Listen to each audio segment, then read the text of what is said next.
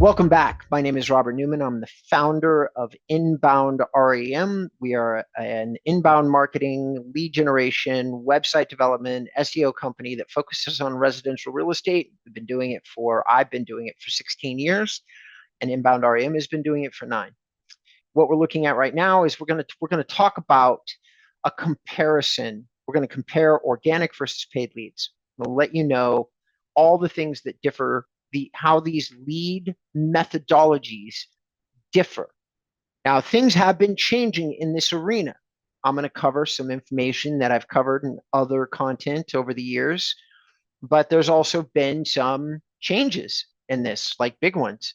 And so I hope you're, like, if you tuned into the title of this video, which should be comparing real estate leads, PPC versus organic, then this is something you're going to want to tune into. The example that we're looking at is a pretty typical case study, okay?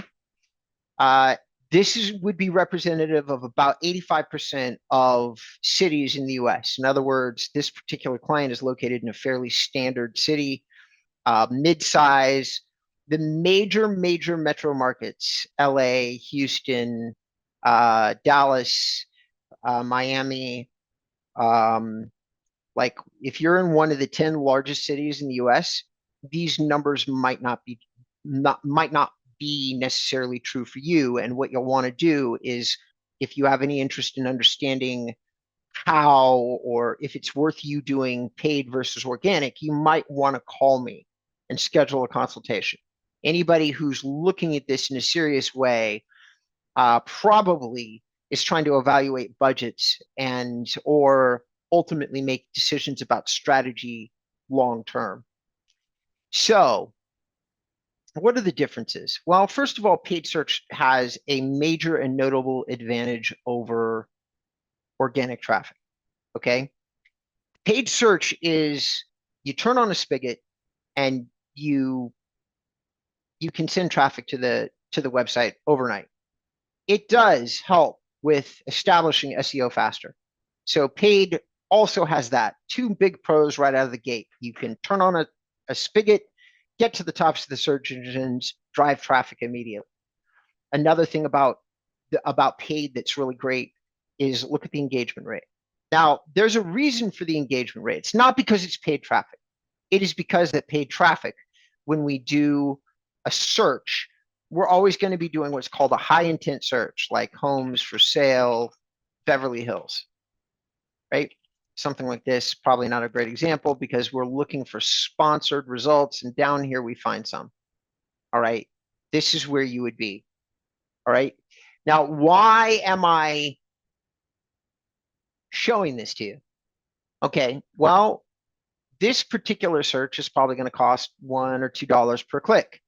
You could turn this on tomorrow, and then you'd be having this as your ad, right? And so driving that traffic, who's clicking on essentially homes for sale, Beverly Hills, California, that is a high intent search. Somebody really understands what it is they want. It directly relates to your business. It's a high intent search. So when somebody arrives at your site, especially if you're a search site, which many of you will have, please look at some of my other content if you don't understand what I mean by a search site. Okay, it's a website type. Ours are content based, but still, when you do paid search, we have enough search functionality on our sites that we do get good usage from people who are doing searches like homes for sale and city name. All right. Look at the engagement rate versus other types of search. Direct, 33.5%, 53.5%. Referral traffic is very high. Email is very high. Different channels carry a different level of intent. People that are really going to use your site well, engage with it a lot. The more they engage with it, the more likely it is that either now or later, they're going to become a really highly qualified lead. I hope that makes sense to all of you.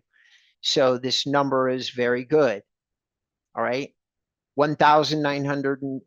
So all of this so far, very good. Events per session. That's kind of the same thing as how many pages are you looking at? It's how many times you interacted with the site. So 8.5 times is twice as many as organic search and twice as many as direct. Once again, very, very good. For all of these reasons, paid search is still an incredibly good traffic source, okay? It depends on what you're trying to do with your site, though, because we're comparing it versus organic, and we're comparing it in the idea that you're going to get leads. Well, one of the things that is weaker about paid search, especially if you've got just primarily a search site and no ancillary content, is you're competing directly with Trulia and Zillow and Realtor.com. So you've got to have a compelling reason for people to register with your site or turn into a lead. If the only thing that you're relying on is search functionality, which is what 99% of you will be doing, all of you, so if I'm losing you with some of the language I'm using, every single one of you that owns a Real Geeks, KV Core, Boomtown, Sierra Interactive, Real Estate Webmasters, Homes.com, iHomeFinder,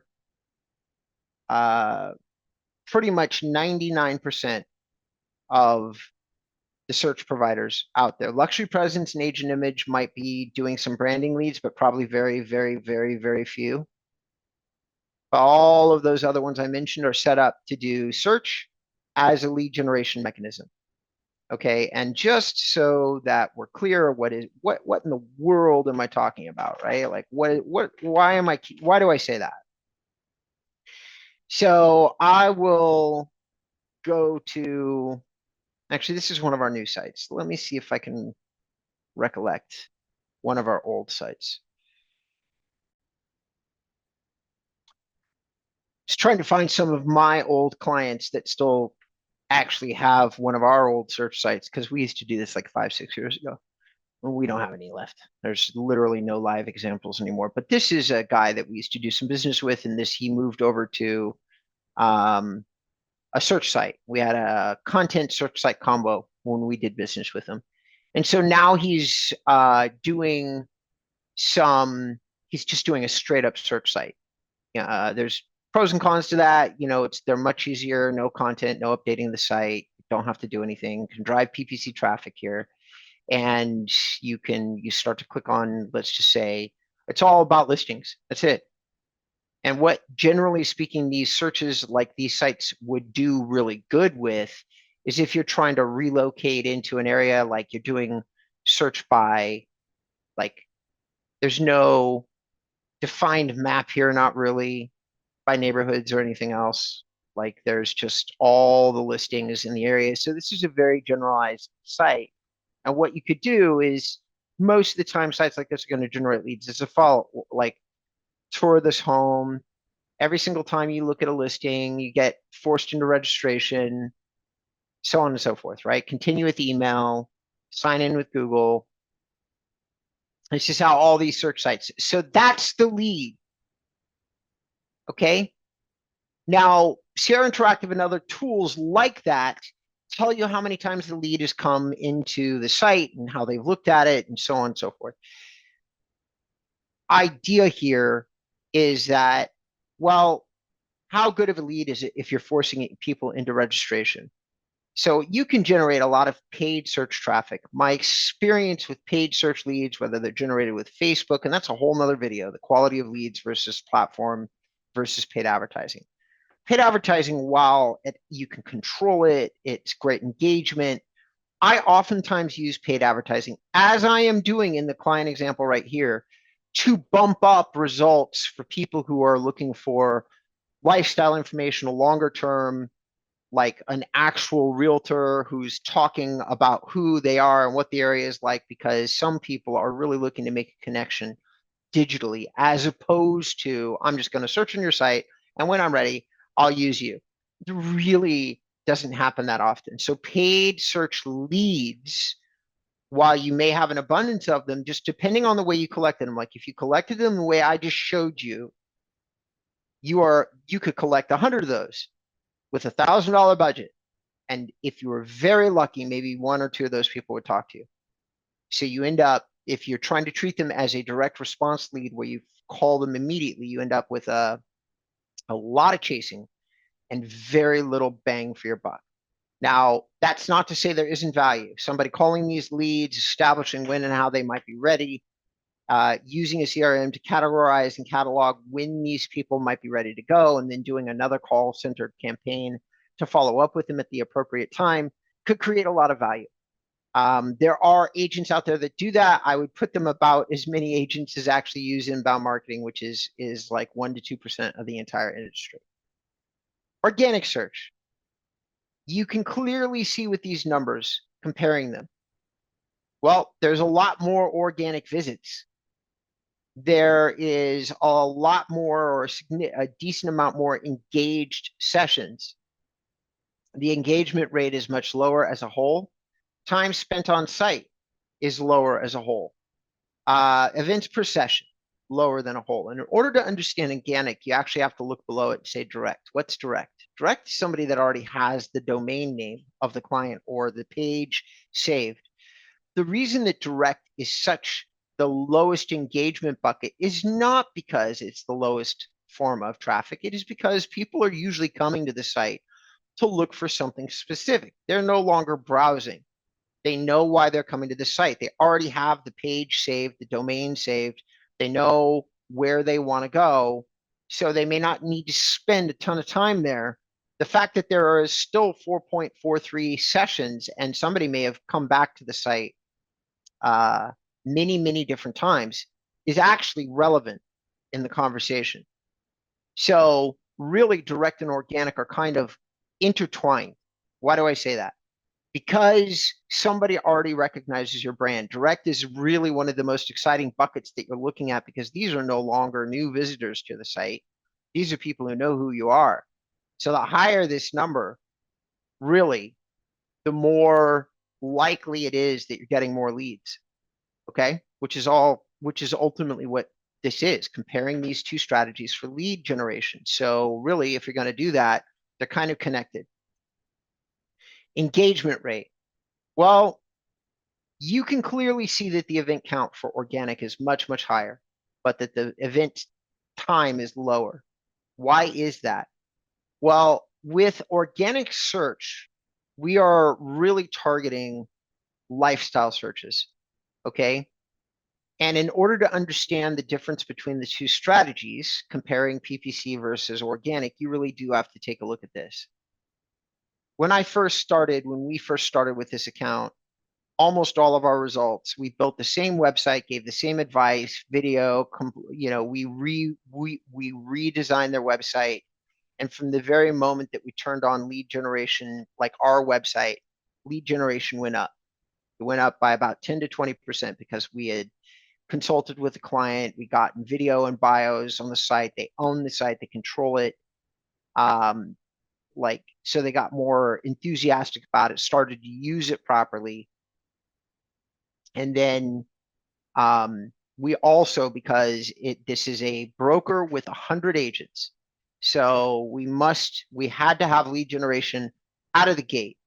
So we immediately turned on PPC. And that traffic and those results kind of stayed flat for the first probably a year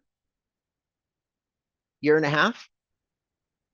And then what happened is that the organic traffic, and by the way, the entire time for this entire experiment, we've had a steady budget, about $1,000 on PPC and $1,000 in organic. So for the first 12 to 24 months, you definitely saw a bigger bang for your buck out of the paid. And we did maybe 20 or 30% increased volume, okay, in terms of sales transactions, lead count, so on and so forth. Well, and we were getting about 60 to 100 leads, okay? One of the things that's been interesting about this account is that our lead flow has remained about the same, which, considering how chaotic the market has been, it's been a direct result. What has really compounded in value over time is actually the organic lead strategy. The paid leads have slowly but surely started to diminish.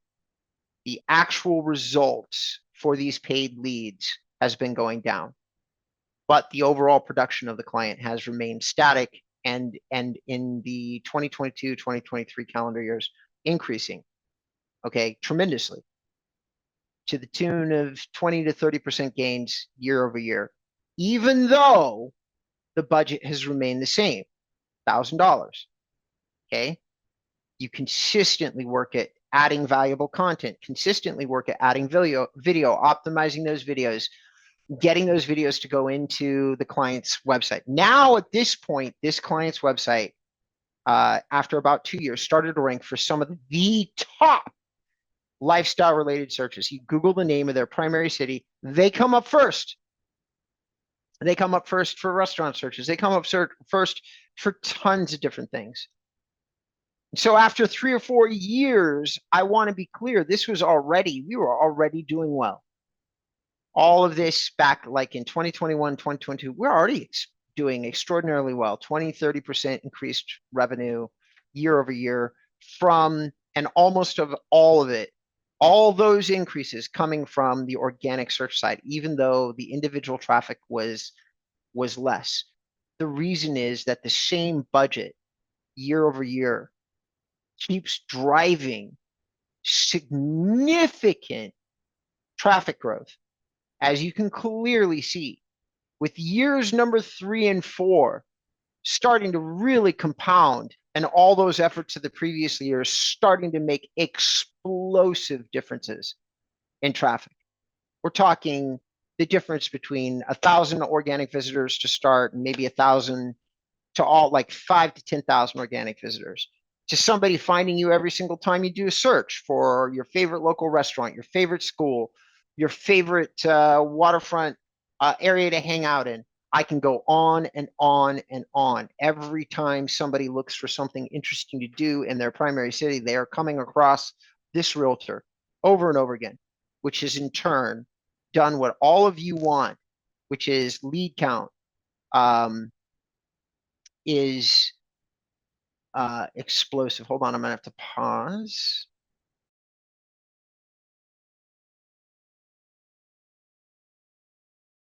No idea if this is gonna work the way I want it, but this is in the middle of their, I can't show you anybody the name of the client, obviously, or their leads, but this is, we're back up to what would be top lead production for this account, in the sense that we're doing 1, 2, or 3 leads a day. Oftentimes, the difference between a paid lead or an organic lead is that more consistently organic leads end up being like they've been exposed to you far many more times. So even though the engagement rate isn't as interesting, because a lot of those people are coming in off lifestyle searches, like best restaurant in Alabama. You figure out what restaurant you want to go eat at, and you move on. Like, so you're just exposed to the realtor over and over again for things that aren't necessarily directed to real estate, which is, it probably sounds counterintuitive. It is why organic strategies tend to be longer term thought processes. But here's the thing: if you keep finding that same realtor over and over again, and you see a video or two of them talking about their favorite restaurant or interviewing their favorite restaurant owner, you are already on the way to creating a relationship with that realtor. Now you're getting ready to move, or your parents or somebody you know is moving into the town, and you've literally run across this one realtor 4 different times, like when you were ready to like figure out a new school for your kid that's going from middle school to high school, and your district had 2 choices, and it just so happened this realtor was comparing those 2 schools, and you can't really say which school is better, but gave you the pros and cons based on raising their own children and having those children go through those schools. So now when it comes time to reach out to somebody and ask some questions about real estate, there is absolutely no doubt that this realtor has more credibility than the one that you're doing a handful of property searches with, because you can also search, you can also do those things, but you've also been given a tremendous amount of information. You've been given reviews, been given commentary from other customers. The idea behind organic strategies is to make sure that you're actually being given everything that you need that surrounds the real estate decision. like social proof, people who are reviewing that realtor, seeing and speaking to that realtor so you get a feel for their personality before you call them. Not having a whole bunch of forced registration and stuff, which is generally a frustrating mechanic. I've been a lead generator and a door knocker my entire life. Anytime we interrupt somebody from what they're trying to do is frustrating for them as a consumer. It's to be expected in the sales industry. However, it's so prolific in real estate that people are pretty quickly turned off by real estate websites. They'd rather go log on once and register with Trulia or Zillow, even though many people don't actually intend to become a lead for Trulia or Zillow because their lead source and routing system is still, even today, not great. In other words, you might not get a great realtor because realtors who buy leads are not necessarily as service oriented as ones who don't. It's just a fact of the matter. So, so having said that, comparing these two lead sources, and I'm going to go back to Google Analytics here. Like, listen, paid is fantastic if you're looking for faster results, more consistent, more controlled results. Still got to do or look at paid for sure. But I got to say that if anybody is looking for long-term lead flow, looking to own their own platform, organic search, while it's taking a while because, oh, one last thing to compare. Listen, the reason that paid search has such great engagement rate is because of the keywords that we can target. When we go into and look at keywords and we start saying that, let's say we want to rank for a keyword like real estate in Beverly Hills as an example, right? That's a good keyword. General, like, we have to talk about intent on keywords to understand the different strategies. You're never going to spend a single dollar of paid advertising money to get in front of a keyword like cost of living in Beverly Hills, or maybe you would, but it's going to be very rare. Okay. Whereas you might spend some money for real estate in Beverly Hills because the keyword is higher intent, even if you have a search site. All of that makes sense, right? That's comparing the two strategies. But how valuable is it really? Because you're spending a dollar or two when all you can do is send somebody to a site that ultimately is not necessarily, oh, I said Beverly Homes. Let's do Hills.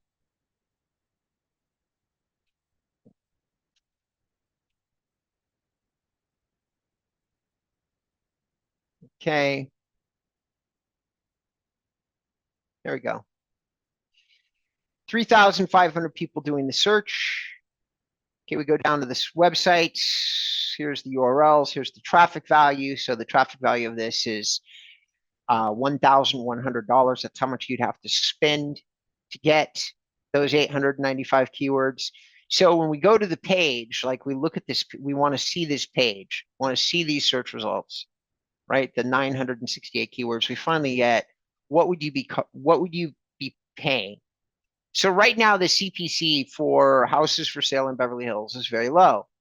Well, you might ask why. Well, frankly, it's because real estate has taken a beating. Another reason is that you are really not going to see very much value out of this particular keyword grouping over this one, which is more general. Why? Because lifestyle searches, as I've been telling all of you, are far more relevant right now. But the good news is, for those of you that have a budget, it would still be very much worth advertising to the 1,300 people for 2 cents a click for Beverly Hills houses for sales. It's nothing but good news for those of you who have search sites. You might very well want to establish a campaign. But this keyword difficulty that you're looking at is, how hard is it for me to rank a website organically for that keyword? And the answer is medium. Beverly Hills real estate is super high. This would mean I'd need 44 backlinks to a page trying to get, and just to give that, it's a technical signal. Just trust me. It's pretty high, very high, highly complicated. All of this, though, not as much. Beverly Hills Realtor, super expensive. Why? Because it's a great listing search term. Bottom line, the difference between PPC and organic search has really become vast. That's what is new about this video in 2024. Google has gotten smart enough to separate out traffic. Like lifestyle traffic for real estate agents is becoming more and more important. You saw it yourself. Why would people bid this keyword down so much? And the answer is pretty simple. Search is commoditized, and you are losing the commodity race, as to be expected. Billions of dollars of value in Realtor.com and Trulia. Most searches, something staggering like 90%, take place here. So when you're building your little search site for real estate, the only people that are really going to use it that may provide value for you are people who already know you, people that are really engaged with you. So your client list, people that you have on an email marketing list, newsletters for 20-year veterans, stuff like that. The only people going to use your search tool. Why? Because your search tool is going to be substandard in comparison to other places they can sell real estate. They can look at real estate. We all use these tools. If you're watching this video, be honest with yourself and be honest with me. Tell me you don't go to Trulia or Realtor.com or Zillow, because I do. And I produce these sites. Like I have search tools on sites. It's commoditized. It's such a waste of time these days. I've taken search bars off my client sites or deprioritized them like this one. Why? Because once you're a client and you follow this guy and you trust Brett, you'll search on his site all day long. I've done this enough. Whoops. I've done this enough over and over again to know that this is the way that that search is working. Anyway, I've been Robert Newman. This has been a comparison video for this has been a comparison video for PPC leads. If you liked it, do me a favor, thumbs up, or subscribe to the channel if you think that information like this can be helpful to you in the future. Till the next time, we appreciate you tuning in.